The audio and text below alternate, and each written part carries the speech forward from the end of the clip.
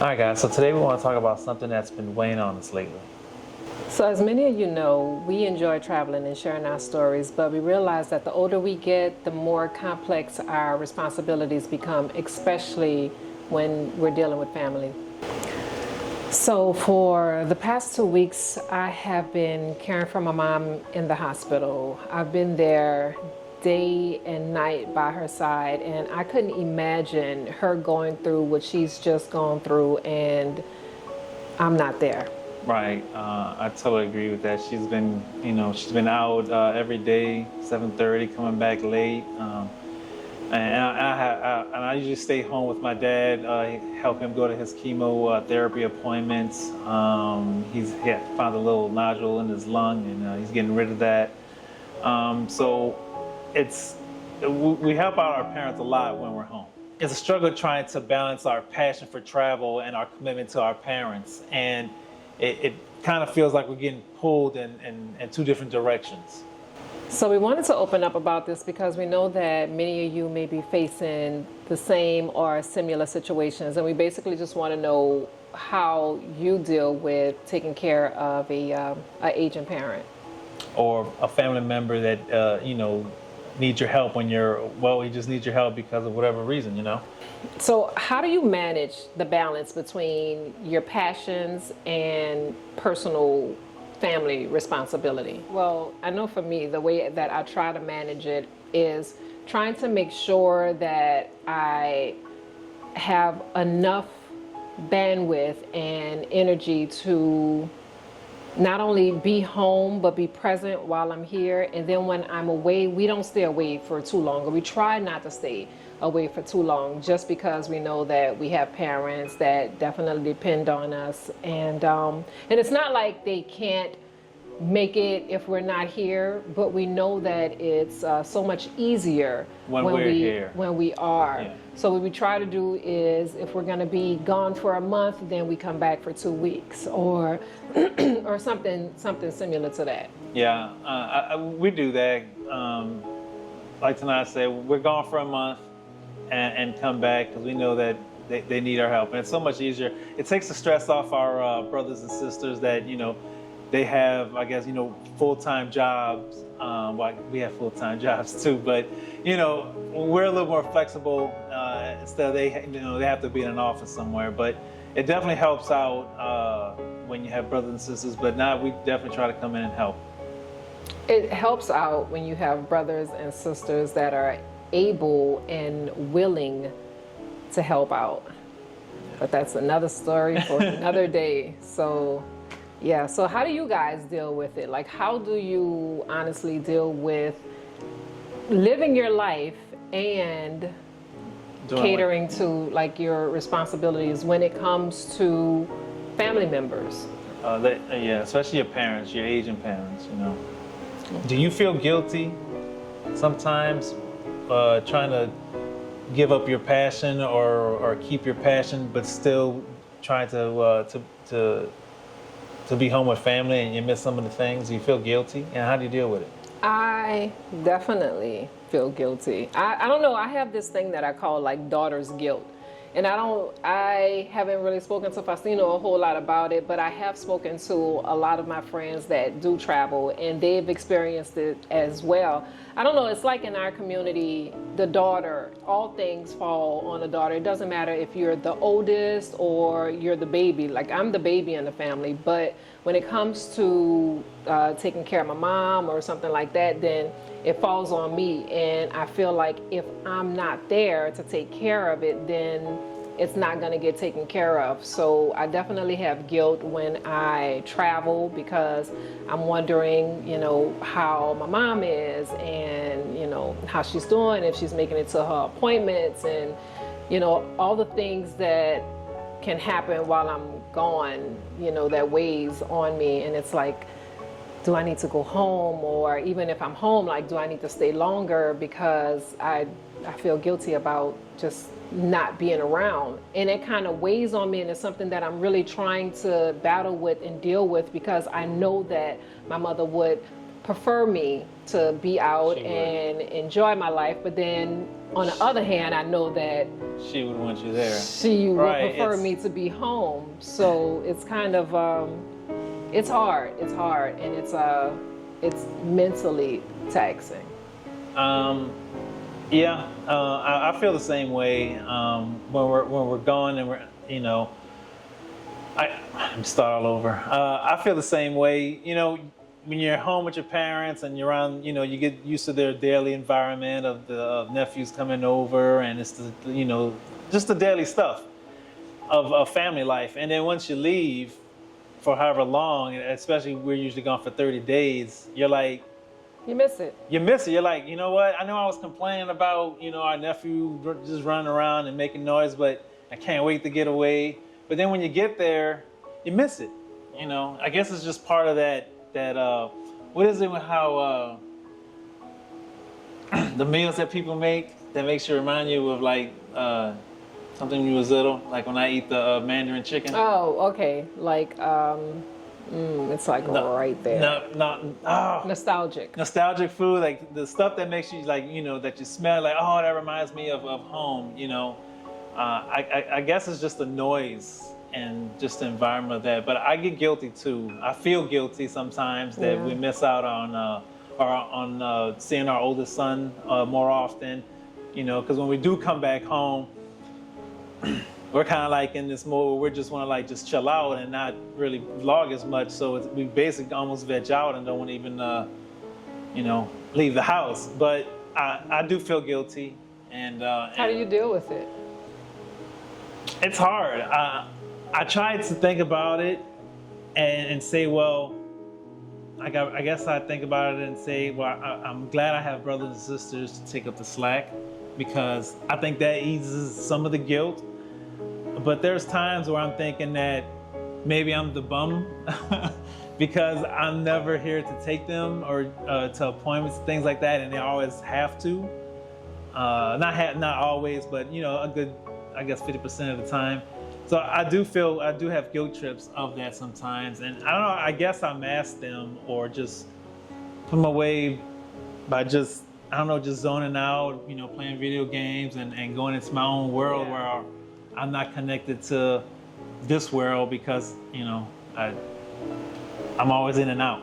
And I know it's not like a healthy way. Yeah, it's not a healthy way to deal with things. But I think that another way that we try and deal with it is by overcompensating. I think that we overcompensate when we come back home.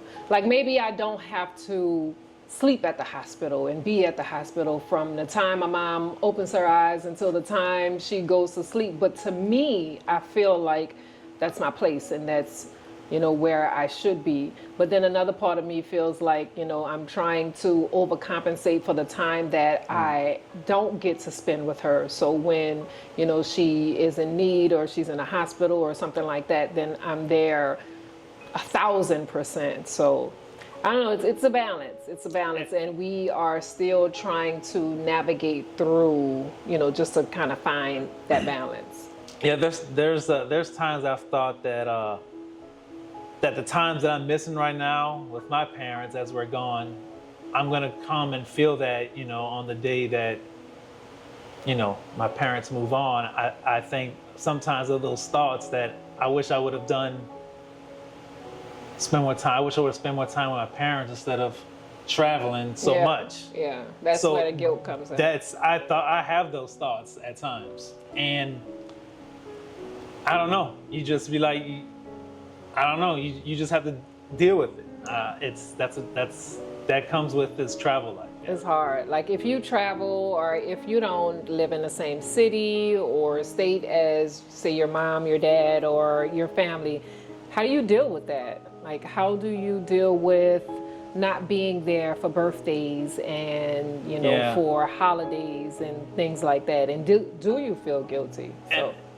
And with that, like, no, I don't mean to cut you off, but when I was younger, and I'd say, you know, well, I guess when I was younger, you didn't have that guilt because you always said, oh, you know, we have time. We have time. Yeah. But now it's fast forward 20 years later, and then now I'm seeing my parents like, oh, they don't have time. They're getting older. I still have time, but they don't have time. And we don't even know if we still have time. Right, but so. yeah, so that I have thoughts like that, you know. So how do you stay connected when you're physically distant from your parents or someone you love? Well, I don't know about you guys, but I speak to my mom every single day on the phone. That could be a healthy thing and it could be an unhealthy thing, but I speak to her every day. She likes to know my whereabouts. I like to know what's going on with her. So we either I call her or she calls me. It's either on the phone or on FaceTime, but that's one of the ways that we try to stay connected. And I do it with the boys as well. With the boys, it's not as often. Yeah. You know how kids are. Right. Well, especially kids now, they kind of like their freedom and they don't want their moms checking up on them every day. So I try to give them some leeway to, you know, express themselves and call me when they have time or whatever. But I'll text them and yeah, that's how I stay connected. Yeah, I usually just text my mom or call twice a week, maybe. I do it just twice a week because I don't know. I just know that I guess she's safe, and I know how when we're traveling, she does the same routine, and it's just, you know, stay home with the with her grandsons and her granddaughter. So I guess I always have that sense of security that everything's okay. But I text and call about once or twice a week. And it's different for me and my mom because my brother it's just me and my brother, and yeah, so my brother is older and he's barely ever anywhere we know of. Okay. So no, he's always gone. So my mom is and my mom is not married, so she's there. So I check on her a lot because that's what I do. Yeah, my mom has everybody here. My mom has like everybody here. This house is like it's always full. It's always full. It's like the my dad calls it. It's like he calls it the Sheridan. I mean, it's like always. There's people always here. Yeah. So we just wanted to tell you guys that we are extremely grateful for our community, for all the love and support that you give us, and sharing our stories kind of help us know that we're not alone. And we hope that you're able to learn from our stories, and that way, you know, we can learn from each other. So I hope you understand how you know, we weren't able to post last week because of certain situations, and we don't usually post when we're home and when we're dealing with home issues. You know, we feel that our home, our mental health, and our parents' health is, you know, comes first before you know, picking up a camera. That's just how I feel. Yeah. So guys, if you have found this video at all relatable or entertaining, make sure you hit that like button and don't forget to subscribe. Also, make sure you guys hit the bell so you can be notified every time we put out a new video. And if you have been here this long, make sure you guys type NOLA in the comments, because of course we are still trying to get NOLA back. I do not have on the NOLA shirt, but she stays in my heart and mind all the time. And we have not found out any new information on what's going on with the van. Right.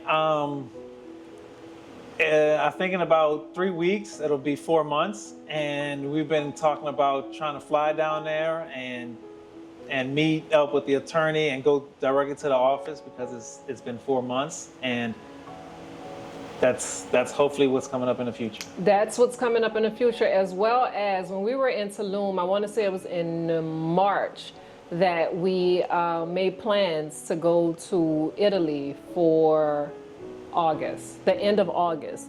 So it's getting kind of tight. We thought that maybe we would have heard something back from Mexico before it was time for us to leave and go to Italy, because what we don't want to happen is for them to try to contact us and we're over there. Yeah. The only thing about that is it's definitely going to be past the 4-month mark. So hopefully we'll hear something before then. We'll give the lawyer another call this week And yeah, that's it. That's all we have. We don't know anything else about NOLA. Nope. We are moving.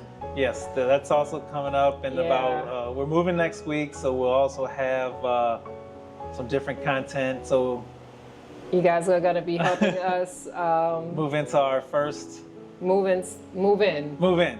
Yeah, so clearly we picked the home. Anyway, we are going to catch you guys up on all the stuff that we've been doing and all the things that we haven't been able to record. And we'll see you in the next video. Deuces! Okay, guys, so I am here with Jago Parikh. Can you tell me, how old are you, Jago? 6.